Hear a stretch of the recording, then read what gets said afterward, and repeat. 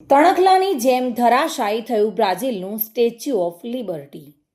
બ્રાઝિલમાં આવેલા એક શક્તિશાળી વાવાઝોડાએ રિયો ગ્રાન્ડે ડો સુલના ગુઆઇબા શહેરમાં એવું સ્વરૂપ બતાવ્યું કે આ બધા જ આશ્ચર્યચકિત થઈ ગયા હતા.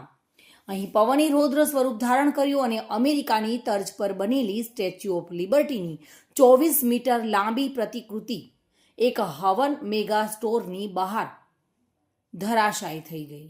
આ ચોંકાવનારી ક્ષણને બધા જ લોકોએ પોતાના ફોનમાં વિડીયોના રૂપમાં કેદ કરી, જે ઝડપથી સોશિયલ મીડિયા પર વાયરલ થઈ રહ્યું છે.